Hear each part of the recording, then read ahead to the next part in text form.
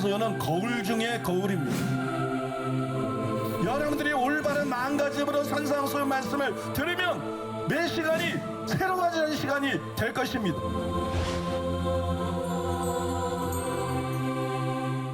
자, 오늘 말씀의 제목은 우리가 지켜야 할 의무가 있고 심판의 기준이 될 그리스도의 율법, 이런 제목으로 하나님의 말씀을 전하겠습니다. 예수님께서는 율법을 폐하지 않고 완전하게 하려고 오셨어요. 그러면 율법을 완전케 한다는 게 무슨 의미일까요? 율법이 불완전해서 예수님께서 완전케 하러 오셨다는 말인가? 그런 의미는 아닙니다. 그죠? 성경은 율법이 완전하다고 말씀하고 있어요. 사무엘하 22장 31절에 보니까 여호와의 도는 완전하고, 시편 19편 7절에도 보면 여호와의 율법은 완전하여, 이렇게 구약 성경에 나와 있어요. 이미 예수님이 완전케 하러 오시기 전에도 율법은 완전한 것입니다. 완전하신 하나님이 하신 말씀이 불완전할 리가 있겠어요, 그죠? 율법은 그 자체로서 완전한 것이. 근데 율법을 완전케 하러 왔다는 것은 무슨 말인가? 완전한 율법을 또 어떻게 완전하게 한다는 말인가? 과연 율법을 완전케 한다는 그 말의 구체적인 의미는 뭘까? 이게 더 궁금해지는 거예요. 도덕법만 폐해지지 않았다, 이렇게 묻는 분들이 많은데, 이렇게 믿는 분들은 이 말이 단지 율법의 계명들의 의미를 온전히 드러내는 것이다, 그걸 뜻하는 것이다, 그렇게 이해를 하죠. 율법은 본래 완전하지만 랍비들이 그 뜻을 왜곡해서 가르쳤어요.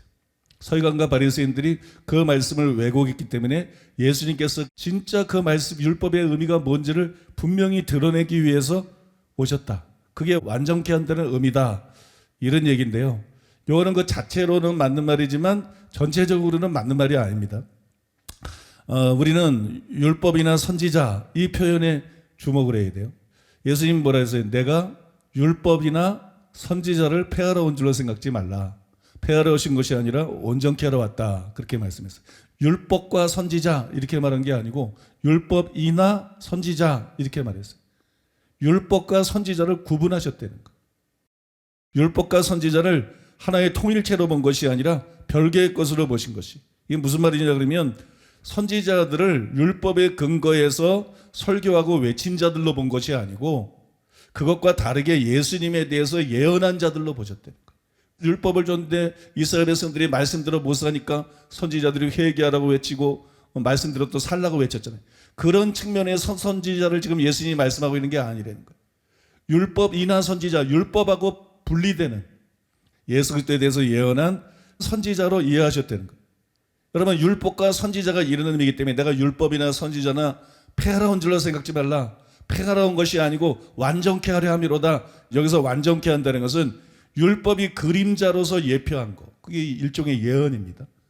그림자를 보면 그 실체가 어떤 것인지를 알 수 있잖아요. 율법은 그림자라는 거예요. 바로 예수님에 대한 그림자, 복음에 대한 그림자. 그래서 이것이 예언과 같은 기능을 갖고 있다는 거예요. 율법이 그림자로서 예표한 거, 또 선지자들이 예언을 했다는 거예요. 예수님이 어디서 태어나시고 어떤 사역하시고 어떻게 죽고 어떻게 부활하시고 예수님에 대해서 예언하셨다고. 이 두 가지가 다 예언이라고. 그러니까 여기서 완전케 한다는 것은 그 예언을 성취하게 오셨다, 그런 말이에요. 율법의 그림자로 예표되고 예언된 거, 또 선지자들이 명시적으로 예언한 것을 나는 성취하기 위해서 오셨다, 그런 의미라는 것이. 이게 바로 주된 의미다. 믿습니까? 이처럼 율법을 완전케 한다는 것이 무엇보다도 예언의 성취를 뜻하는 거예요. 이 예언의 성취를 뜻한다는 것을 R.T. 프랜스가 설명을 아주 잘했어요. 예수님은 율법과 선지자를 성취하기 위해서 왔다. 헬러 프레로사이, 이게 성취하다는 단어입니다. 성취하다가 무엇을 의미하는가에 대해서 많은 제안들이 있었는데 다음은 몇 가지 주요 기능들이다. 첫째, 이루다, 순종하다. 그러니까 요거는 예수님이 율법을 지키기 위해서 오셨다. 율법에 순종하게 오셨다, 이런 뜻이고, 둘째, 완전한 의미를 밝힌다. 이제 율법의 온전한 의미를 드러내게 오셨다. 세 번째, 구약이 바라보았던 하나님의 뜻의 최종적인 계시를 제시함으로써 완성하다. 이거 간단한 거예요. 율법에 기록된 예언을 성취하게 오셨다. 그게 셋째 아니에요. 어떤 하나의 번역이 혹은 심지어 풀어서 서술하는 것이 플레로사이를 완전하게 하다라는 단어를 이곳에서 의미하는 것을 적절히 담아낼 수 있는지에 대해서는 의구심이 든다. 이게 딱 하나의 의미만 가진 것 같지는 않다, 그런 얘기예요. 중요한 지적입니다. 그러나 셋째 견해가 지향하는 포인트가 옳은 방향을 가리키는 것 같다. 첫째 의견은 즉각적으로 거부되어야 된다. 예수님이 율법에 순종하기로 오셨다. 예수님이 순종은 하셨지만 순종하기 위해서 온 건 아니에요. 예수님부터 태어날 때 율법 하에 태어나기 때문에 율법을 안 지키면 죄가 됐죠. 대속제물이 못 돼요. 예수님은 순종하셔야 돼요. 그러나 예수님이 율법이나 순종하려고 이 땅에 오신 건 아닙니다. 여기 오신 목적으로 이거는 안 맞는 거예요. 양용희 교수님이 이거를 포함시키는데 저는 동의하지 않아요. 그것은 동사가 일반적으로 의미하는 것이 아니며 선지자들이라는 표현과 어울리지 않는다. 왜냐하면 선지자는 미래에 대해서 예언을 했기 때문에, 또한 행동이 아니라 가르침의 문제인 폐지하다라는 대조와도 잘 맞아떨어지지 않는다. 둘째 의견은 21절 이하에서 예수님이 말씀하시는 것으로 봐서 적절함을 담지하고 있으나 플레로사의 번역으로서는 적절하지 못하다. 이 단어는 마태복음 이전에 약속되었던 것이 현실로 나타나다라는 의미로 보통 사용되고 있다. 그러니까 예언의 성취의 개념으로 보통 사용되고 있다. 특별히 공식 인용 문구의 시작 어구와 26장 54절, 56절의 다른 예에서 볼 수 있는 마태의 단어의 사용은 이곳에서 의미를 결정하는 것에 결정적으로 중요하다고 할 수 있다. 이게 무슨 얘기냐면은 이 말씀을 이해하는데 공식 인용 문구가 중요하다는 거예요. 그럼 공식 인용 문구라는 게 뭐냐? 구약 성경에 많은 예언들이 있었어요. 근데 마태복음에 특별히 많이 나오는데 이사야가 말하되 뭐 성경에 기록되었으되 뭐라고 기록되었으니, 근데 예수님이 이렇게 행동하셨다. 근데 왜 행동하셨나? 그 말씀을 이루려 하시면이라, 이렇게 나와요. 이게 공식 인용 문구라는 거예요. 누가 말했는데 예수님이 이렇게 행동하셨다. 근데 왜 이렇게 하셨나? 바로 그 말씀을 이룬 것이다. 그러니까 플레로사예요. 이게 완전케 하러 왔다. 이 단어가 뭘 말하는 거냐? 구약에 이렇게 누가 예언했는데 예수님이 이렇게 행동했는데 이거는 그 예언을 성취하는 것이다. 그러니까 여러분, 이 플레로사이라는 단어는 주로 이런 뜻으로 사용됐다는 거지. 그러니까 그 말씀의 의미를 드러내기 위해서 왔다. 그렇게 단편적으로 이해할 수가 없다는 것이, 플레로사이의 의미는 의미를 완전하게 하는 것보다도 예언을 완성하는 게 주된 의미라는 거예요. 이제 이해가 되시죠? 이러한 주장은 선지자들이라는 어구의 언급에 의해서도 지원받을 수 있는데, 율법과 선지자들이라는 표현은 일반적으로 유대인들이 구약 성경 전체를 부르는 이름으로 예언하다라는 동사와 더불어 11장 13절에서 다시 한번 등장한다. 선지자 그러면 선지자들이 예언했겠지. 그거를 폐한 게 아니라 이루러 왔다면 그 예언을 성취하러 왔다는 거 있지. 근데 율법 그러면 우리는 계명들만 자꾸 떠오른다. 근데 율법도 예언이라는 거예요. 율법 안에도 예언이 있다는 거예요. 율법의 모든 의식법은 그림자인 거예요. 모형. 예수님과 복음에 대한 모형인 거예요. 그러니까 그것도 여러분 예언인 거예요. 그러니까 선지자들이 한 예언은 말을 통해서 한 예언이고, 이 율법의 예언은 어떤 성막이라든지 성전이라든지 의식이라든지 뭐 절기라든지 이런 거를 통해서 예언한 것이, 이것도 예언한 거예요. 그래서 여기서 지금 알티 프랜스가 마태복음 11장 13절 얘기를 하는데, 내가 율법이나 선지자라 폐하러운 것을 생각지 말라. 폐하러운 것이 아니라 완전케 하미로다. 율법이나 선지자 그랬잖아요. 근데 마태복음 11장 13절에도 또 한 번 율법이나 선지자가 나오는데, 거기 보면 뭐라고 그러냐면 모든 선지자와 율법이 예언한 것이 요한까지니. 모든 율법이나 선지자가 예언한 것이 요한까지니. 그러면 선지자가 나왔으니까 예언했다 보다 이렇게 생각할 수 있지만, 모든 선지자와 율법이 예언한 것이 이렇게 되거든요. 그러니까 선지자만 예언하는 기능을 갖고 있는 것이 아니라 율법도 예언하는 기능을 갖고 있다는 거예요. 예수님은 여기서 그걸 염두에 두고 있던 거예요. 내가 율법이나 선지자나 폐하러 온 줄로 생각지 말라. 폐하러 온 것이 아니라 완전케 하려 함이로다. 그래서 이 말씀의 주된 의미는 뭐라고요? 율법이나 선지자가 예언한 예수님에 관한 복음에 관한 그 예언을 성취하기 위해서 왔다. 믿습니까? 그 일을 이루기 위해서 십자가를 지신 거고, 그 일을 위해서 부활도 하신 거고, 그 일을 위해서 오셨다는 그런 의미예요. 따라서 선지자들뿐만 아니라 율법도, 즉 전체 구약 성경은 예수님이 지금 실현시키고 있는 것을 가리키고 있는 것이다. 예수님의 사역은 하나님의 뜻에 대한 최종적인 계시를 제시하여 줌으로써 구약 성경 전체를 철저하게 완성하고 있는 것이다. 간단한 얘기입니다. 예수님은 구약 성경에 기록된 예언을 성취하기 위해서 오셨다. 그래서 율법이나 선지자를 폐하러 온 것이라 성취하러 왔다는 것은 바로 그 뜻이다. 그걸 의미하는 것이다. 여러분, 이처럼 율법을 완전케 하신다는 것은 곧 구약 예언의 성취를 뜻하는 것이죠. 하지만 이것이 과연 전부냐? 완전케 한다는 개념이 단순히 예언의 성취만을 뜻하냐? 예언의 성취가 가장 주된 것이에요. 그러나 이 말씀의 의미가 그것뿐이냐? 이게 전부냐? 그 전부는 또 아니라는 거예요. 여러분, 제가 이달락을 시작하는 첫 시간에 유대인들이 예수님의 설교를 율법을 반대하거나 폐하는 것으로 오해했다, 그렇게 지적해 드렸어요. 그죠? 그러므로 이 말씀의 그런 배경 때문에 아니야, 나는 율법이나 선지자를 폐하러 온 것이 아니야, 나는 율법이나 선지자를 오히려 완전케 하러 온 거야, 이 말씀을 하셨다는 거예요. 이 배경에 비춰보면 이 말씀이 예언을 성취한다는 그런 의미만 있는 것은 아니라는 느낌을 받죠. 그죠? 그 다음에 그 뒤에 문맥 21절이야 48절에 보면 예수님께서 살인하지 말는 걸 들었으나 간음하지 말고 들었으나, 그러면서 이게 무슨 뜻인지를 자세히 설명해서 그 의미를 드러내주시잖아요. 또 그 뒤에 말씀들에 의해서 보면 율법을 완전케 하셨다는 말씀은 분명히 예언의 완성뿐만 아니라 다른 의미도 있다는 것을 우리가 생각해 볼 수 있다는 것이에요. 이에 대해서 그랜트 오즈본이 잘 썼는데 이렇게 썼어요. 마태복음 5장 17절, 내가 율법이나 선지자를 폐하러 온 줄로 생각하지 말라. 여기 생각하지 말라, 이 생각하지 말라는 말로 시작하는 것은 반대 가능성을 잠재우기 위한 통상적인 도입이다. 따라서 예수님은 자신이 21절에서 48절에서 말씀하시려는 것을 누구도 오해하지 않기를 원하신다. 그것은 율법을 공격하는 것으로 생각해서는 안 된다. 예수님의 말씀을 듣는 자들은 예수님이 율법을 심화시키고 계시다는 것을 깨달을 필요가 있다. 율법이나 선지자는 성경 전체를 의미한다.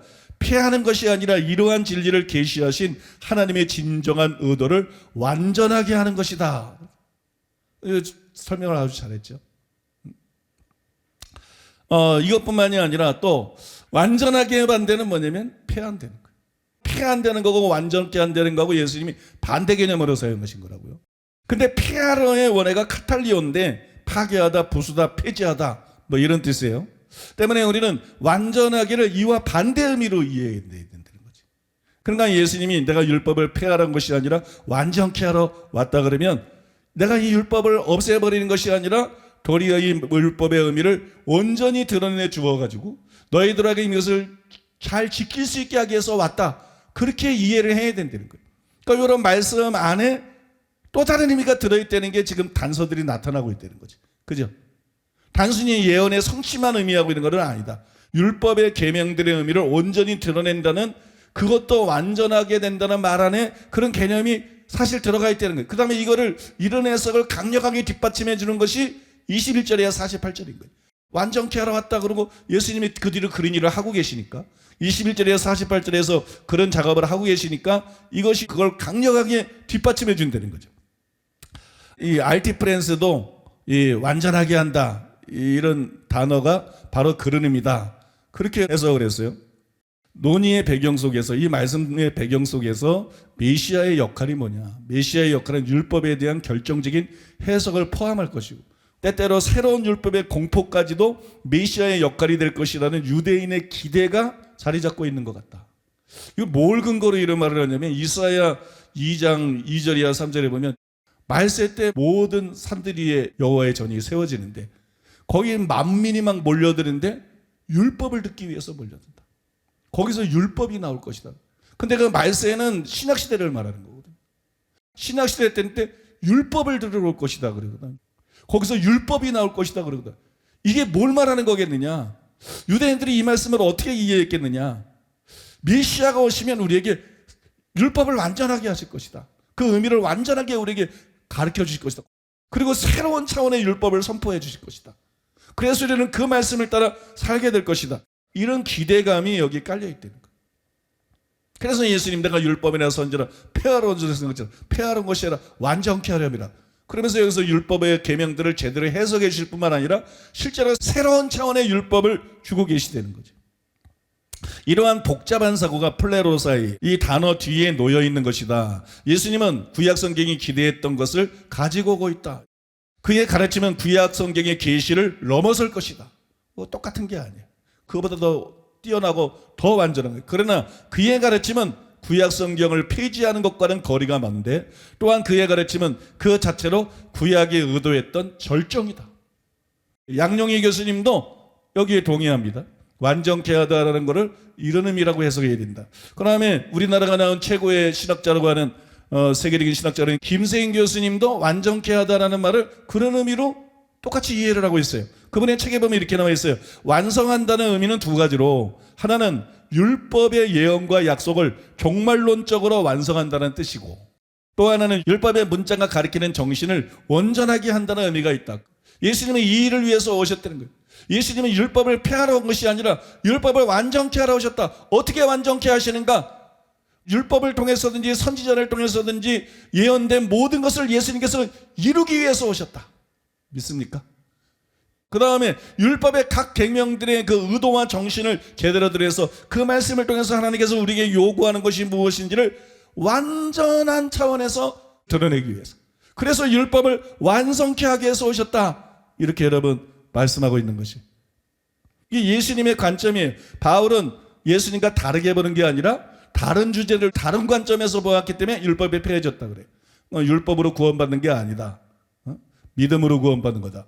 그래서 율법이 폐해졌다 그런 거고, 예수님은 회개하고 믿음으로 구원받는데 구원받은 사람들은 뭐 이제 어떻게 살아야 되나, 어떻게 성화되어야 되나, 어떻게 궁극적인 구원을 위해서 준비해야 되나, 하나님의 심판을 준비해야 되나. 예수님 믿음뿐만 아니라 이제는 예수께서 완성하신, 예수님의 제자로서 예수님의 완성하신 그 율법을 지키면서 살아야 된다.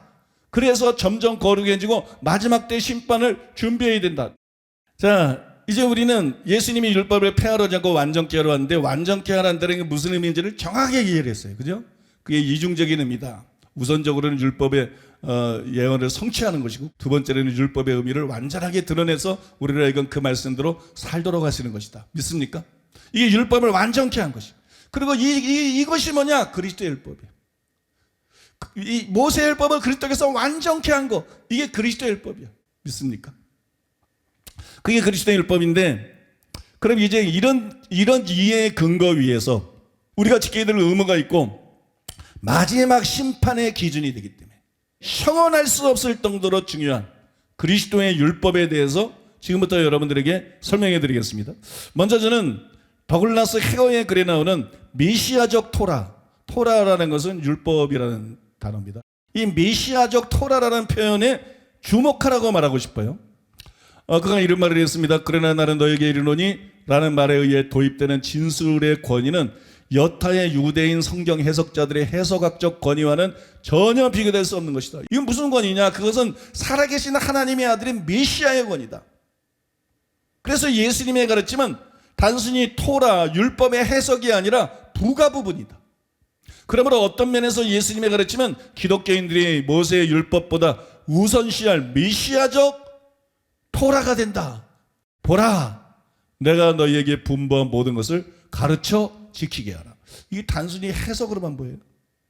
또 길리가 신의 토라에 반대되는 시온 토라라는 표현을 썼는데, 이 시온 토라라는 표현도 상당히 눈여겨볼 만한 가치가 있다는 것이, 왜 이걸 우리가 눈여겨봐야 되냐? 사람들은 율법하면 모세의 율법을 떠올려요. 거의 대부분 그래요. 그리고 모세의 율법밖에 없는 줄 알아. 근데 성경에 보면 모세의 율법은 폐해졌어요. 그죠? 그래서 이런 생각들을 갖고 있어. 우리에게는 더 이상 지켜야 될 율법이 없다. 우리는 율법에서 자유케 됐다. 단지 복음을 믿기만 하면 된다. 단지 복음을 믿기만 하면 내가 율법을 지키든 안 지키든 그 말씀대로 살든 안 살든 나는 최소한 천국은 간다. 그리고 내가 말씀대로 살고 안 살고는 상급에 관한 것이다. 그죠? 그러나 본문에 의하면 예수님은 율법을 폐하러 오지 않고 완전케 하러 오셨어요. 그럼 한번 생각 좀 해보시자는 거예요. 그러면 예수님이 완전케 한 율법은 어떻게 됐을까요? 왜 그걸 생각을 안 하죠? 율법은 폐해졌다, 우리는 율법에서 자유케 됐다, 왜 이것밖에 생각을 안 하죠? 예수님이 율법을 완전케 하러 오셨어요. 그래서 예수님이 율법을 완전케 해서 예수님이 율법을 완전케 하고 그냥 버렸을까요? 말도 안 되는 얘기죠. 예수님이 율법을 완전케 하셨어요. 그거를 영원히 존재하게 한 것이에요. 믿습니까? 그거를 우리에게 주어서 지키게 하게 한 것이에요. 예수님이 완전케 한 율법은 지금도 존재한다는 거예요. 그 다음에 그것이 지금도 존재한다면 우리는 그걸 지켜야 된다는 거예요. 우리는 모세 율법에서 살게 됐지 그리스도 율법에서 살게 된 게 아니라는 거예요. 믿습니까? 우리는 모세의 법을 안 지켜도 되는 거지 그리스도의 법을 안 지켜도 되는 게 아니라 고린도전서 9장 20절 21절에 보면 사도 바울이 중요한 말을 했습니다. 유대인들에게는 내가 유대인들 같이 된 것은 유대인들은 얻고자 하며 율법 아래에 있는 자들에게는 내가 율법 아래에 있지 아니하나 율법 아래에 있는 자 같이 된 것은 율법 아래에 있는 자들을 얻고자 하며 율법 없는 자에게는 내가 하나님께는 율법 없는 자가 아니고 도리어 그리스도의 율법 아래에 있는 자. 한 사람이 어떻게 율법 아래에 있지 않고 율법 아래에 있을 수 있어요? 다른 율법이 되니까. 내가 율법 아래에 있지 아니하나 그거는 모세의 율법을 말하는 거고 내가 그리스도의 율법 아래에 있다 이거는 예수께서 완성하신 그리스도의 율법을 말하는 거예요. 그리스도의 율법 아래에 있는 자이나 율법 없는 자 같이 된 것은 율법 없는 자들을 얻고자 함이라. 바울은 여기서 왜 율법을 그리스도의 율법이라고 했을까요? 그리스도의 복음이 아니고 예수님이 율법을 완전케 하여 우리에게 주신 그 율법을 지금 말하고 있기 때문이에요. 여러분 이거를 꼭 기억하셔야 돼요. 우리는 모세의 율법에서 자유케 되었어요. 우리가 율법에서 자유케 된 것은 사실이에요. 그러나 우리는 율법 없는 자가 아니에요. 사도 바울이 직접 고백한 대로 우리는 율법 없는 자가 아니고 그리스도의 율법 아래에 있는 자. 그러면 여러분 기독교인이기 때문에 우리가 예수를 믿기 때문에 지금 신약시대 때이기 때문에 지금 복음이 왔기 때문에 우리 예수 믿는 사람들은 더 이상 율법하고는 아무런 상관이 없다. 그러니까 여기서는 나는 기독교이기 때문에 율법과 아무 상관이 없다 이렇게 믿어왔다면 여러분은 그동안 속아온 것이에요. 엉터리 설교 때문에 성경이 실제 말하는 것과 다르게 오랫동안 속아온 것이에요. 자, 그러니까 우리가 더 늦기 전에 이제라도 우리는 그리스도의 율법의 존재를 알아야 돼. 믿습니까? 또 그리스도의 율법이라는 게 도대체 무엇인지 그 내용이 무엇인지 그걸 알아야 돼요. 근데 그거를 알 수 있는 최고의 본문 중에 하나가 뭐냐면 오늘 우리가 읽은 마태복음 5장 17절에서 20절이에요. 우리가 이 본문을 자세히 연구하고 해석해 보면 그리스도의 율법이 어떻게 만들어졌는지를 알 수 있어요. 그 다음에 그리스도의 율법의 내용이 무엇인지를 구체적으로 알 수 있어요. 그리스도의 율법은 어떻게 만들어졌을까요? 모세의 율법을 원재료로 만들었어요.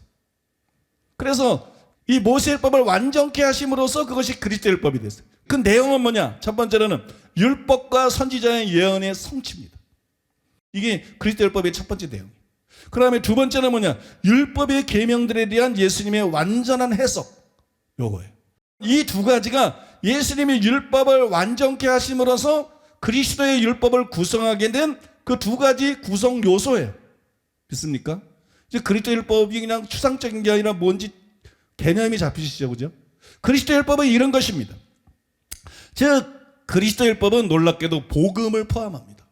근데 18절을 설명할 때 여러분들이 이거를 확인할 수 있어요. 완전하게 확인할 수 있을 것이에요. 복음도 그리스도의 율법 안에 들어가 있다는 것. 지금은 야고보서를 통해서 간단하게 설명을 해드리겠습니다. 야고보 사도는 그리스도의 율법을 다르게 뭐라고 부르느냐 그러면 야고보서 1장 25절이니까 자유롭게 하는 온전한 율법을 들여다보고 있는 자는 그랬어요. 자유롭게 하는 온전한 율법. 야고보가 그런 말을 합니다. 이 그리스도 율법을 온전한 율법이라 그랬어요. 여기 온전한 율법이라는 말이 나오는데 예수님께서 본문 17절에서 뭐라 그러셨어요? 율법이나 선지자를 완전케 하러 왔다 그랬죠. 야고보가 말하는 온전한 율법은 그리스도께서 완전케 한 그리스도의 율법과 같은 것이라는 걸 우리가 알 수가 있죠. 더글라스 무도 여기에 동의를 합니다. 더글라스 무가 이렇게 썼어요. 문맥을 살펴볼 때 자유롭게 하는 율법을 구약 성경의 율법으로 이해하기에는 어려움이 있다. 본문의 흐름상 25절의 온전한 율법이 22절의 말씀과 동일한 의미로 사용된 것이 분명하다. 또한 22절의 말씀은 18절의 영적 탄생을 중대한 진리의 말씀, 21절의 구원으로 인도하는 마음에 심어진 말씀과 같은 의미이다. 이런 점에서 자유하게 하는 온전한 율법은 오히려 복음과 긴밀하게 연관된다고 볼 수 있다. 율법이라 그래서 복음하고 상관없는 게 아니라니까. 예수님의 가르침이 야고보의 교훈에 전반적으로 영향을 끼쳤다는 점도 이 율법이 특별히 예수님의 윤리적 요구와 관련되어 있음을 짐작하게 한다. 야고보는 독자들에게 구원의 복음이 동시에 온전한 순종에 대한 요구를 엄중하고도 불가피하게 포함하고 있음을 강조하고자 한다. 이 너무 중요한 말이에요. 야고보가 강조하는 게 뭐냐? 구원의 복음이 단순히 믿어라 이 얘기만 하고 있는 줄 아느냐. 구원의 복음이 동시에 온전한 순종에 대한 요구를 엄중하고도 불가피하게 포함하고 있음을 강조하고, 이게 성경이라니까. 야고보서뿐만 아니라 로마서들 봐도 마찬가지고 마태복음을 봐도 마찬가지고 어디를 봐도 마찬가지. 기독교 말씀의 이러한 요구적인 측면을 표현하기 위해 율법이란 단어를 사용한 것은 야고보의 입장에서는 지극히 자연스러운 일이다. 이 율법은 2장 8절 이하 11절에서 분명하게 나타나는 것처럼 구약의 계명들을 포함하지만 야고보가 그 율법을 온전한 것으로 특징 짓는 것은 이 계명들을 구약의 율법에 대한 예수님의 성취의 관점에서 보아야 한다는 것을 보여준다. 설명 참 잘했어요. 왜 야고보가 그 율법을 온전한 율법이라 그랬느냐? 예수님이 율법을 완전케 하러 오셨다 그러지 않았냐? 바로 그것을 지금 얘기하고 있는 것이다. 그것과 관계 있는 것이 바로 야고보가 말하는 자유롭게 말하는 온전한 율법이다. 그 얘기를 하고 있는 거예요. 그러니까 야고보가 말하는 온전한 율법은 실제로 그리스도의 율법입니다. 믿습니까? 여기서 분별력이 필요합니다. 야고보서 1장의 문맥을 제가 자세히 보니까 자유롭게 하는 온전한 율법, 이게 뭘까? 나는 이걸 그리스도의 율법이라고 생각하는데 정말 야고보가 자유롭게 하는 온전한 율법이라는 말을 통해서 내가 예상한 대로 그리스도의 율법을 말하고 있는 것일까? 그 증거가 뭘까? 그런 걸 살펴보기 위해서 자세히 본문을 살펴봤더니 그 1장 25절에 나오는 자유롭게 하는 온전한 율법이 21절에 나오는 너희 영혼을 능히 구원할 바 마음에 심어진 말씀하고 동일한 것들이라는 거지. 더 거슬러 올라가면 18절에 나오는데 진리의 말씀인데 너희를 거듭나게 한 진리의 말씀이라 했어요. 이거는 그러니까 복음인 거지. 거듭나게 한 진리의 말씀이니까 복음이죠. 그죠? 근데 자유롭게 하는 온전한 율법이 18절에 나오는 우리를 거듭나게 한 진리의 말씀하고도 문맥적으로 일치한다는 것이 믿습니까? 그래서 율법의 복음이 포함된다. 이 말이 굉장히 이상한 말이고 누구도 하지 않는 말이지만 성경이 그걸 말하고 있다는 거죠. 믿습니까? 율법이란 말을 하면서 복음하고 동일시한다는 거죠. 그래서 그리스도의 온전한 율법 안에 계명에 대한 가르침뿐만 아니라 복음도 포함되어 있다는 것을 우리가 야고보서를 통해서 확인할 수 있다는 거예요. 그래서 많은 학자들이 자유롭게 하는 율법을 단지 복음이다 이렇게 착각을 해요. 그러니까 이게 복음하고 일치를 하니까 이걸 자유롭게 하는 온전한 율법이 단지 복음을 다른 말로 표현한 것이다. 이렇게 여러분 착각하는 사람들이 많다는 거예요. 그러나 그렇지 않다는 것이에요. 복음뿐만이 아니라 예수님이 그 뜻을 온전히 드러낸 계명들에 대한 가르침도 포함하고 있다는 거예요. 그래서 이거를 율법이라고 불렀다는 거예요. 복음하고도 관련이 있으면서 계명을 온전히 포함하기 때문에 복음하고 관련이 있으니까 자유롭게 하는, 계명하고도 관련이 있으니까는 온전한 율법. 그러니까 이거를 어느 한편으로 보는 건 잘못됐다는 거예요.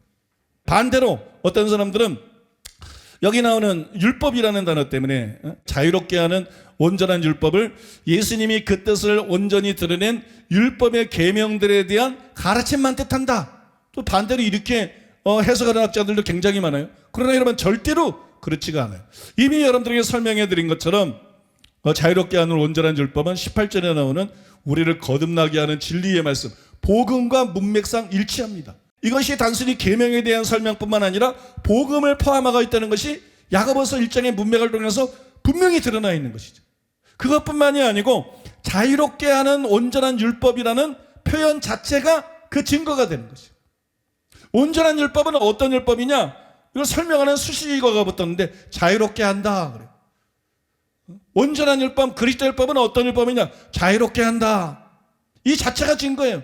왜냐? 모세의 율법은 사람을 자유케 하지 않습니다. 모세의 율법은 사람을 속박합니다. 모세의 율법은 가두는 역할을 합니다. 갈라디아서 3장 22절로 23절. 그러나 성경이 모든 것을 죄 아래에 가두었으니 이는 예수 그리스도를 믿음으로 말미암는 약속을 믿는 자들에게 주려 함이라. 믿음이 오기 전에 우리는 율법 아래에 매인바 되고 계시들 믿음의 때까지 갇혔느니라. 여기 보니까 바울이 말해서 율법 아래 매인바 되고 갇혔느니라. 그러니까 율법은 사람을 속박하고 매고 그 다음에 종되게 한대. 그러니까 율법은 자유케 하는 게 아니에요. 근데 야고보는 온전한 율법이 우리를 자유롭게 한다 이렇게 말했어요. 모세 율법의 역할하고 완전히 정반대죠. 그러니까 이건 모세 율법을 말하는 게 아니에요. 그리스도 율법을 말하는 거예요. 믿습니까? 그렇다면 여러분 생각해 보세요. 모세 율법과 다르게 자유의 율법, 그리스도의 율법은 사람들을 자유롭게 합니다. 그런데 자유롭게 하는 온전한 율법이 단지 그리스도께서 율법의 계명을 완전케 한 것을 의미한다면 그런 율법이 우리를 어떻게 자유케 하죠? 살인하지 말라, 간음하지 말라, 뭐 맹세, 동해복수법, 이웃사랑하라, 뭐 이런 것에 대해서 예수님께서 깊은 의미를 가르쳐 주셨어요. 그죠? 그래서 서기관과 바리새인처럼 살면 안 돼. 그렇게 몸으로나 지키고 마음은 썩어 문드러지고 그러면 안 돼. 그죠? 마음으로도 간음하면 안 되고 남을 미워해도 안 되고, 그죠?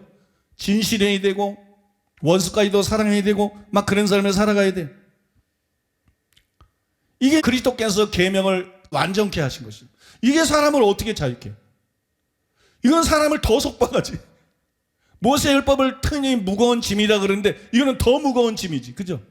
이 자체가 우리를 어떻게 여러분 자유롭게 만들 수가 있어요. 더글라스 분은 이런 순종에 대한 요구가 여전히 율법이 일어나지만 자유롭게 하는 것은 새 언약에 대한 예레미야의 예언에 따라 그것이 마음속에 기록되었기 때문이다. 이렇게 주장해. 이게 상당히 그럴듯하게 들리지만 틀린 해석이에요. 이건 왜 맞는 해석이 아니냐? 그거는 여러분 율법의 역할을 말하는 게 아니에요. 계명의 역할을 말하는 게 아니라 성령의 역할을 말하는 거예요. 율법 자체가 그냥 우리 마음속에 기록돼 가지고 그 율법을 우리를 자유케 하는 게 아니고 이거는 성령의 역사라고. 갈라디아 3장 2절 5절에 한 것처럼 너희가 성령을 받은 것이 율법의 행위로냐 듣고 믿음으로냐. 복음을 듣고 믿는 자에게 성령이 주는 거야. 그 다음에 성령이 율법을 사용해서 그런 일을 하시는 것이지, 이렇게 여러분 더글라스 무처럼 설명하면 안 돼요. 그러면 율법의 계명들, 즉 도덕법을 설명한 것만 자유롭게 하는 온전한 율법이다, 이렇게 말할 수가 없다는 것이. 계명은 사람을 자유케 할 수가 없기 때문에. 그건 모세율법이든 그리스도의 율법이든 그 계명 자체, 그 말씀에 대한 의미를 제대로 드러난 것 자체는 더 큰 의무를 부과하는 거지. 그것이 우리를 자유케 만드는 것은 아니기 때문에. 그런데 야고보가 말하는 온전한 율법은 자유를 준다 그랬다. 그러니까 이거는 복음이 그 안에 포함되지 않으면 불가능한 것이. 너희가 성령을 받은 것이 율법의 행위로냐 듣고 믿음으로냐. 보세요. 율법이 성령을 주는 게 아니야. 복음이 성령을 주는 거지. 믿습니까? 내가 율법을 알고, 그게 모세율법도 마찬가지고 그리스도율법도 마찬가지고 그 율법을 통해서 하나님 나에게 요구하는 게 뭔지를 알고 내가 그걸 행하려고 하는 데서 성령이 오는 게 아니야. 예수님을 믿어야 성령이 오는 거지. 예수님의 십자가가 아니면 성령이 우리에게 임할 수가 없는 거야. 믿습니까? 그래서 베드로가 너희가 회개하여 성령을 받으라는 거예요. 예수님의 십자가의 공로가 아니면 성령이 우리에게 임할 수가 없어요. 믿습니까? 그러니까 복음을 믿을 때 성령이 우리에게 임하는 것이기 때문에, 그리고 그 성령에 의해서 우리가 자유케 되는 것이기 때문에 자유롭게 하는 온전한 율법, 여기서 자유롭게 하는 표현 이 자체는 바로 여러분 예수님이 율법의 계명들의 의미를 온전히 드러낸 것뿐만이 아니라 예수님이 십자가 부활을 통해서 의식법을 이룬 것. 유월절 어린 양이 뭘 뜻하는 거? 제사 드릴 때마다 잠든 소와 양과 염소가 뭘 뜻하는 거? 안식일은 뭘 뜻하는 것이고 신년은 뭘 뜻하는 거예요? 다 예수님의 구속사역을 통해서 일어날 영적인 자유를, 그런 구원을 절기를 통해서도 예언하고 제사를 통해서도 예언하고 모든 것을 통해서 예언하신 거거든. 믿습니까? 그거를 완성한 것이 바로 율법의 완성이거든.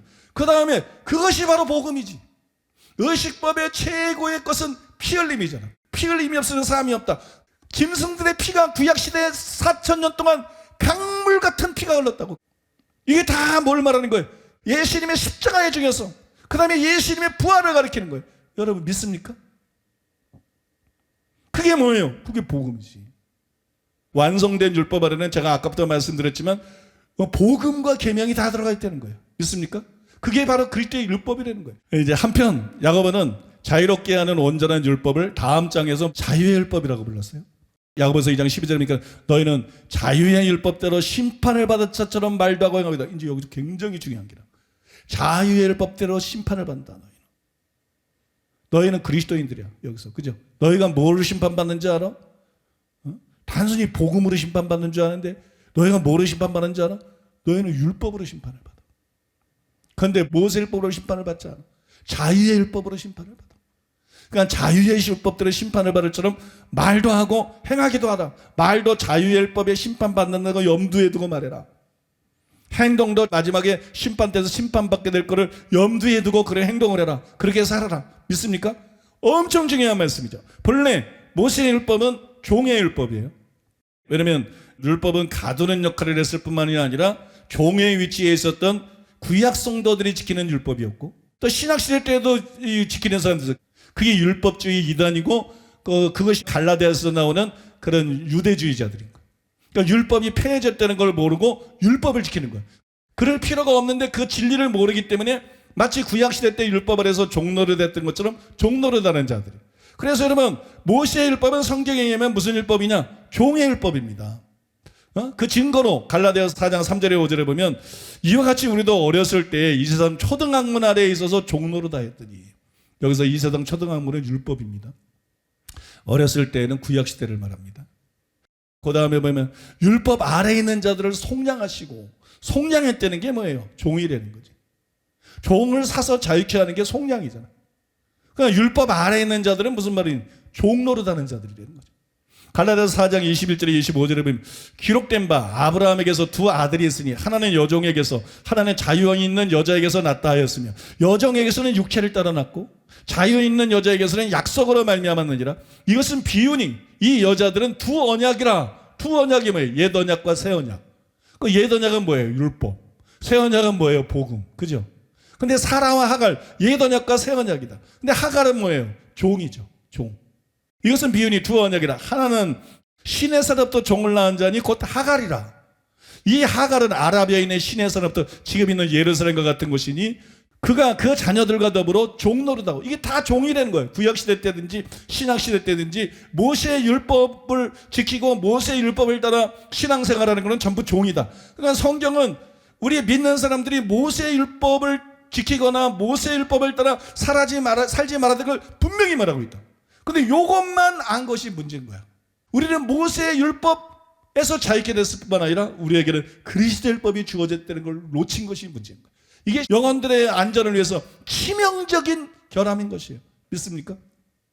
우리는 모세의 율법이 자유케 됐을 뿐만 아니라 바울이 고백한 대로 그리스도의 율법 아래에 있는 자다. 그죠? 그리스도의 율법에서는 자유케 된 것이 아니다. 우리는 그리스도의 율법 아래에 있는 자니까 그리스도의 율법을 지켜야 될 줄로 믿습니다. 아무튼 여러분, 모세의 율법은 종의 율법이에요. 이거는 종들이 지키는 거예요. 하나님의 자녀들이 지키는 거 아니에요. 그러니까 예수 믿고 하나님의 자녀가 된 그리스도인들이 지키는 거 아닙니다. 그런데 예수님이 온전케 하신 그리스도의 율법은 자유의 율법이에요.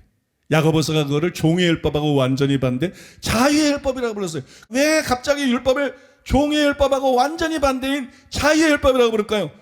여러분, 성경이 계속 말하는 게 뭐예요? 그리스도께서 너희를 자유케 하라고 자유를 주셨으니 그러므로 다시는 종의 멍에를 매지 말라. 종의 멍에, 이게 모세의 율법이잖아. 그게 율법이잖아. 근데 이거는 종의 멍에 종들이 매는 거야. 그리스도인들은 자유케 된다. 다시는 종의 멍에를 매지 말아라. 믿습니까? 그러니까 여러분, 그리스도인들은 모세 율법에서 자유케 됐어요.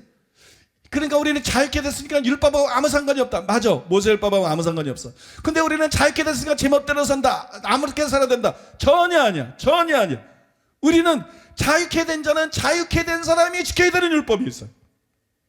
영적으로 종된 자들은 종이 지켜야 되는 율법이 있었는데, 이제 예수님을 통해서 자유케 된 사람들, 이 자유케 된 사람은 종이 아니라 자유인들이 지켜야 될 법이 있어. 그게 바로 자유의 율법이다. 믿습니까? 그것이 여러분 야고보서에 나오는 게 아니에요. 바울이 야고보하고 또 마태복음 5장에서 말하는 예수님하고 똑같이 갈라디아서 그 얘기를 하고 있는 거예요. 세 구절만 봐도 그게 딱 보입니다. 갈라디아서 5장 1절에 보면 그리스도께서 우리를 자유롭게 하려고 자유를 주셨으니 그러므로 굳건하게 서서 다시는 종의 멍에를 매지 말라. 그 다음에 5장 13절 15절에 형제들아 너희가 자유를 위해 부르심을 입었으나 그러나 경고를 줍니다. 그러나 그 자유로 육체의 기회를 삼지 말아라. 네 마음대로 살아도 된다는 의미가 아니다. 네가 예수 믿고 율법에서 자유케 됐다 그래서 네 마음대로 살아도 된다는 것이 아니라 오직 사랑으로 서로 종노릇하라. 온 율법은 내 이웃 사랑을 내 자신과 잘 하신 한 말씀에서 이루어졌나니 만일 서로 물고 먹으면 피차 멸망할까 조심하라. 그렇게 말했어요. 너희가 자유케 됐다. 근데 멸망할 수도 있다. 너희는 자유케 됐다. 진짜 구원받은 자잖아요. 근데 육체의 계로 삼지 말라. 그러고 살면 멸망할까 조심하라. 멸망할 수도 있다. 믿습니까? 그 육체의 계로 삼지 말고 어떻게 하냐? 사랑으로 서로 종노릇해라. 자유를 얻었는데 육체의 계로 삼지 말고 사랑으로 종노릇하라는 말이 무슨 말이에요? 무슨 말입니까? 갈라디아서 6장 2절에 보니까 너희가 짐을 서로 지라. 사랑이죠. 사랑으로 실제로 종노릇하는 어떤 한 사례를 말하는 거죠. 그죠? 너희가 짐을 서로 지라. 그리하여 그리스도의 법을 성취하라. 여기 그리스도의 법을 성취하라고. 율법에서 자유케 됐어. 그런데 우리는 그걸 육체의 길에서 마음대로 살아야 되는 게 아니야. 우리에겐 다른 법이 있어. 그게 그리스도의 법이야. 우리는 사랑으로 서로 조금도로 되어 있대. 왜? 그리스도의 법이 있기 때문에. 왜? 그리스도의 법을 성취해야 되기 때문에. 성취하다. 여기서는 지키는 거야. 우리는 그리스도의 법을 지켜야 되기 때문에. 믿습니까? 우리에겐 그리스도의 법이 있어. 우리 법 없는 자가 아니야. 우리 바울이 말한 것처럼 그리스도의 율법 아래에 있는 자야. 우리에게는 바로 그리스도의 율법이 있어. 모세의 율법 아래 있는 자가 모세의 율법을 지키는 게 당연한 것처럼 그리스도의 법, 그리스도의 율법 아래 있는 우리들은 그리스도의 법을 지키는 게 당연한 것이야. 그러니까 사랑으로 서로 종노들하면서 그리스도의 법을 성취하라. 여러분, 이게 갈라디아서 5장 6장의 핵심이에요. 여기 나오는 그리스도의 법이 곧 그리스도의 율법이에요. 이 법이 노머스인데 딴 데서 다 율법으로 번역된 그 단어입니다. 그러니까 여러분, 여기 나오는 갈라디아 6장에 지나오는 그리스도의 법이 곧 그리스도의 율법이에요. 이것이 실제로 그리스도의 율법을 의미한다는 것은 더글라스 무의 주석에 다음과 같이 분명히 나타나 있습니다. 신자가 서로의 짐을 짐으로써 성취하는 그리스도의 법은 다양하게 인식되어 왔다. 일반적으로 다음의 두 방향으로 해석이 된다. 첫째, 이 법은 모세의 율법 곧 토라이며 그리스도에 의해 성취되며 그리스도에 맞추어 그리스도로 인해 해석된다. 둘째, 이 법은 모세의 율법과는 별개의 법이다. 바울이 갈라디아에서 여기까지 줄곧 노모스를 모세의 율법을 말하는 것으로 사용했다는 사실은 첫 번째 해석의 방향을 더 선호하게 한다. 수식어구인 소위껏 크리스투는 그리스도, 자연스럽게 이 법을 모세의 율법과는 의도적인 대척점에 있는 그리스도에게 속하는 혹은 그리스도로부터 나오는 법으로 보이게 한다. 라이트푸트는 이 개념을 다음과 같이 다시 진술한다. 만약 당신이 율법을 지켜야 한다면 그 율법을 그리스도의 법이 되게 하라. 이게 무슨 얘기냐? 당신이 법을 지켜야 된다면 모세의 율법을 지키지 말고 그리스도의 법을 지켜라. 그런 얘기. 왜 우리는 모세의 율법 아래 있는 자가 아니고 그리스도의 율법 아래 있는 자이기 때문이다. 여러분, 이해가 되시죠? 그 다음에 여기 보니까 계속 이렇게 말했어요. 둘째로 그리스도의 법은 고린도전서 9장 20절과 21절에 유사한 병행 구조를 가진다. 폐해가 보여주었듯이 이 본문에서 바울은 넓은 의미의 하나님의 법을 두 부분으로 나눈다. 첫째, 유대인들에게는 유효하나 바울에게는 더 이상 그 아래에 있지 않은 모세의 율법과, 둘째, 바울이 지켜야 할 의무가 있는 그리스도의 법. 달리 말해서 바울은 그리스도의 법을 모세의 율법과 구별한다. 바울은 모세의 율법과 수사적으로 대응하는 그리스도의 법을 사용하고 있기 때문에 우리는 이 법이 모세의 율법을 부르는 것과 엄밀하게 동일한 형태를 가질 것이라고 주장해서는 안 된다. 그리스도의 율법은 모세의 율법과 꼭 같은 형태로 존재하지는 않는다는 거예요. 위에서 제시한 여러 가지 이유들에 비추어 볼 때 확실히 사랑의 명령이 바울이 의도한 바의 일부임에는 틀림이 없다. 그러나 바울이 그리스도의 법 안에 사랑의 계명 이상을 포함하고 있다는 주장도 가능하다. 이 문구가 모세의 율법의 대척점에 있는 새 언약의 기능을 하기 때문에 우리는 이 표현을 그리스도의 영감을 받은 사도가 제시했던 모든 가르침과 계명을 말하는 것으로 예상해야 된다. 우리는 바울이 말한 그리스도의 법이 모세의 율법에 직접 대응하는 복음 전반의 윤리적 요구를 말하는 것이라고 생각한다. 이 여러분 굉장히 중요한 지적을 한 거예요. 그리스도의 율법이 뭐냐? 그리스도께서 완성케 하신 율법이에요. 그리스도께서 율법과 선지자 예언을 십자가 부활을 통해서 완성케 하셨어요. 믿습니까? 거기서 복음이 나오는 거. 그 다음에 그리스도께서 율법의 의미들을 완전히 드러내셨어요. 그러면 요것만 그리스도의 율법이냐? 요 두 개만. 큰 의미에서는 그렇게 정의할 수 있어요. 그러나 내가 너에게 분부한 모든 것을 가르쳐 지키게 하라. 모세의 율법은 십계명만 말하는 게 아니에요. 모세가 말한 모든 것이 모세예요. 모세에게 나온 모든 것이 모세의 율법이에요. 이해가 되십니까, 여러분? 그리스도의 율법은 단순히 그 해석한 것만 그리스도의 율법이 아니에요. 예수님의 사복음서라는 모든 말씀이 다 그리스도의 율법을 구성하는 거. 그러면 예수님의 말씀만 그리스도의 율법이냐? 바울이 로마서에서 말한 거라, 베드로가 말한, 야고보, 이게 다 그리스도의 율법이에요. 이게 그리스도가 무슨 상관이야? 제자들에게 말했어요. 내가 너에게 할 말이 많으나 너희 듣는 것이 둔함으로 지금은 너희가 감당치 못하리라. 그러나 성령이 오시면 그가 내 것을 가지고 너에게 말할 것이다. 믿습니까? 그때 예수님이 말씀하지 못한 것을 베드로에게 말하고 요한에게 말하고 야고보에게 말하고 바울에게 말하고 쓴 것이 바로 여러분 이 신약 성경의 서신서들이란 말이에요. 믿습니까? 그것도 전부 주님의 말씀이라는 거예요. 그래서 그게 성경인 것이에요. 그게 하나의 개인의 편지가 아니고 성경인 것이. 그래서 그리스도의 율법을 간단하게 말하면 뭐냐? 신약 성경입니다. 모세의 율법을 간단하게 말하면 뭐냐? 구약이에요. 구약. 모세의 율법 아래에 있다는 건 뭐예요? 구약 성경을 입각해서 신앙생활하는 거지. 믿습니까? 그리스도의 율법 아래에서 신앙생활한다는 건 뭐예요? 신약 성경에 입각해서 신앙생활한다는 거예요. 여러분 믿습니까? 근데 이 신약 성경 안에 복음이 있고 율법에 대한 가르침이 있고 세세한 지침들이 있고 명령들이 있고 규율들이 있는 것이 믿습니까? 이 규례를 향하는 하나님이 이스라엘에게 평강이 있을지어다. 여러분 갈라디아 6장에서 바울이 왜 갑자기 이렇게 말합니까? 여러분 이해가 되십니까?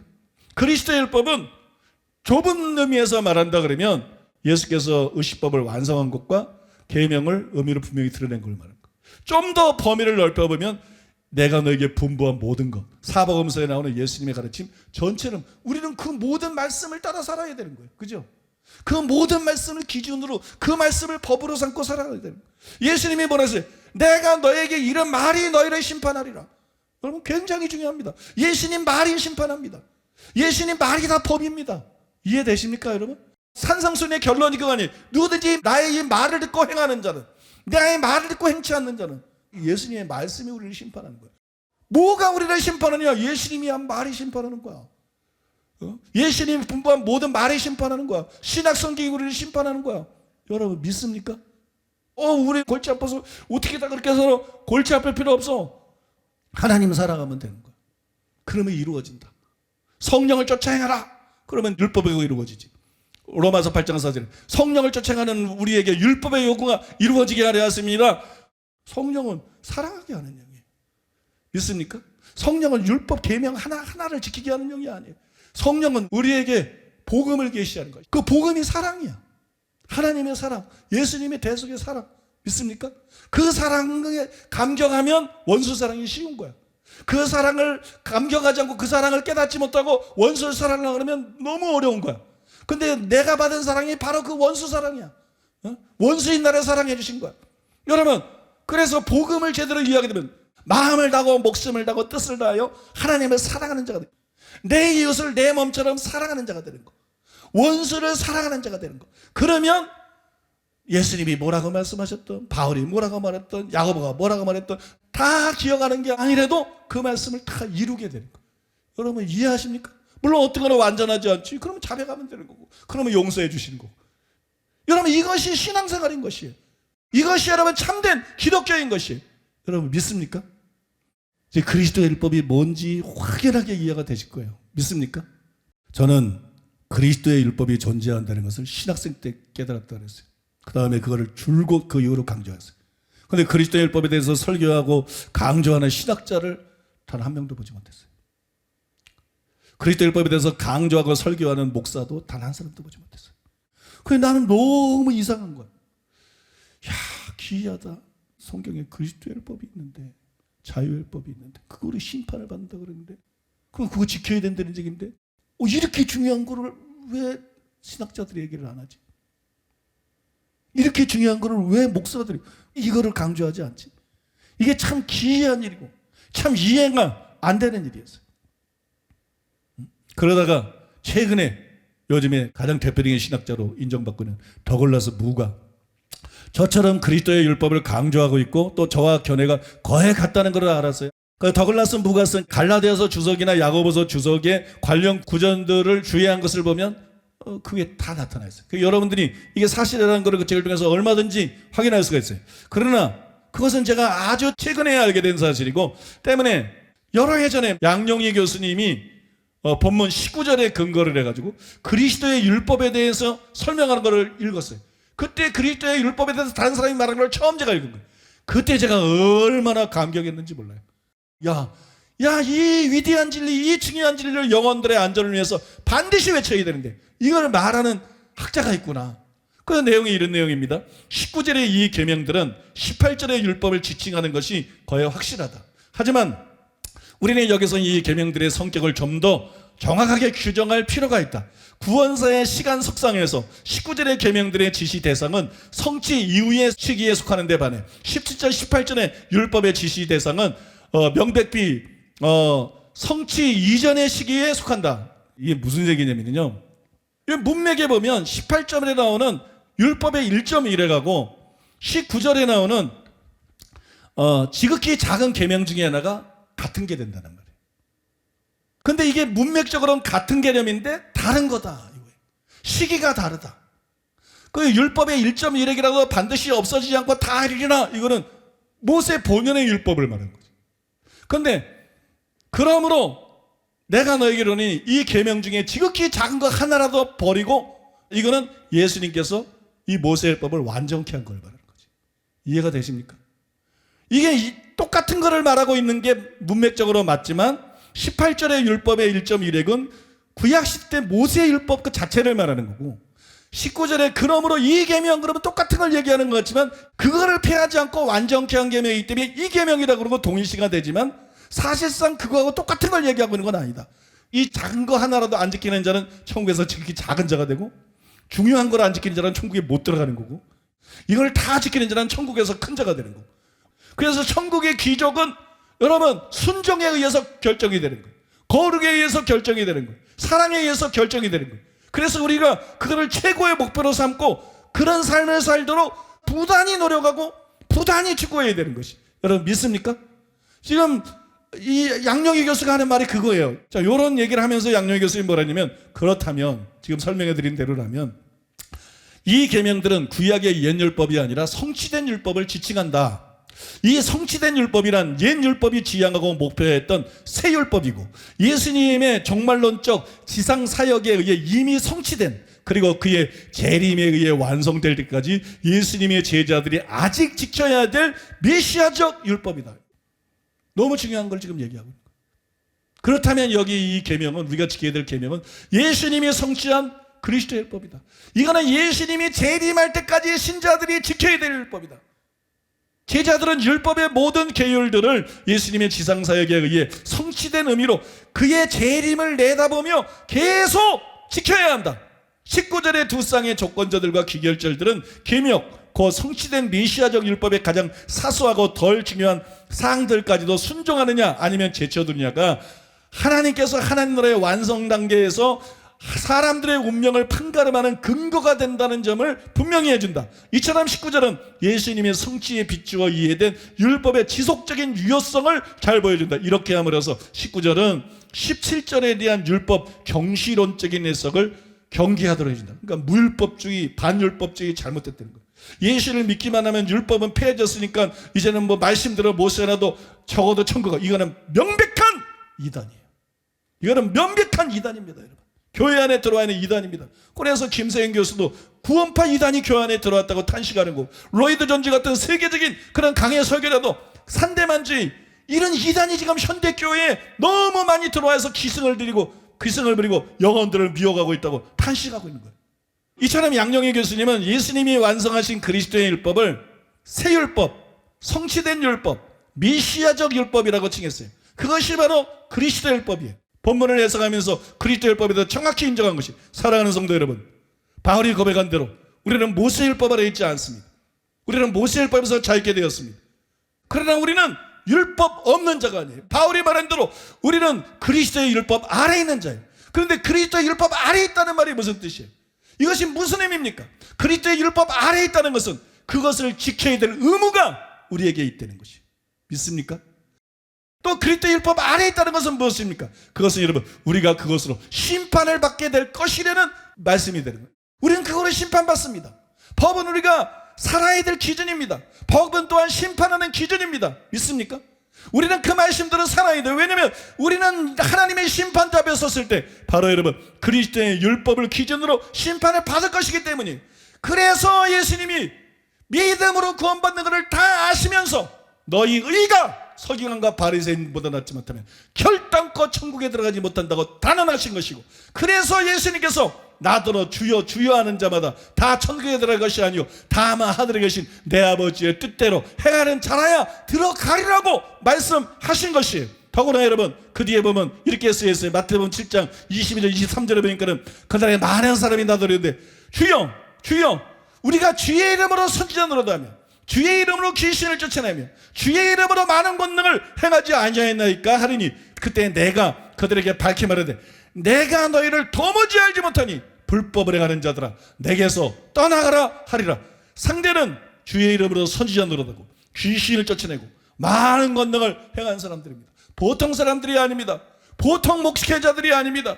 보통 신자들이 아닙니다. 성령 충만하고 은사 충만하고 대단한 사역을 하는 사람들입니다. 그런데 그들이 불법을 행했습니다. 불법은 다른 것이 아닙니다. 불법은 법을 어긴 걸 말하는 것이에요. 여러분 모세의 율법이 폐해졌지만 우리에게 여전히 지켜야 될 법이 있다는 것을 전제하고 있는 것입니다. 예수님의 이 말씀은 모세의 율법이 폐해졌지만 너희가 여전히 지켜야 될 법이 존재한다. 근데 너희는 그 법을 어겼다. 너희는 나를 믿는다 그랬는데, 너희는 신앙 고백을 했는데, 너희는 교회 다니고, 너희는 사역도 열심히 했는데, 너희는 지켜야 될 법이 있는데 그 법에 주의하지 않았다. 그 법을 어겼다. 이 불법을 행하는 자들아 내가 너희를 도무지 알지 못하노니 내게서 떠나가라. 그리고 지옥불에 던져 넣어버리시는 거예요. 그러면 그 법이 무엇입니까? 바로 예수님께서 피하지 않고 그래서 여전히 존재하는 예수님께서 완성하신 완전케 하신 그리스도의 율법이 바로 그 법인 것입니다. 여러분 우리의 영원한 운명은 단순히 신앙 고백했느냐 구원의 확신 가졌느냐 이게 아니라 여러분 우리가 그리스도께서 완전케 하신 그 그리스도 율법을 지켰느냐 지키지 않았느냐에 의해서 여러분 천국 가고 지옥 가고가 결정되는 것입니다. 그래서 그리스도 율법에 대한 말씀은 사활적으로 중요한 것이고 그리스도 율법에 대한 말씀은 너무나 중요하고 이게 너무 중요한 말씀인 것이에요. 여러분 이것을 기억하시고 절대로 입으로만 주여 주여 하거나 사역만 열심히 하지 말고 반드시 그리고 철저하게 그리스도의 율법대로 사는 여러분 되시기를 바랍니다. 우리 테라 말씀 기억하면서 이 시간에 간절히 기도하겠습니다.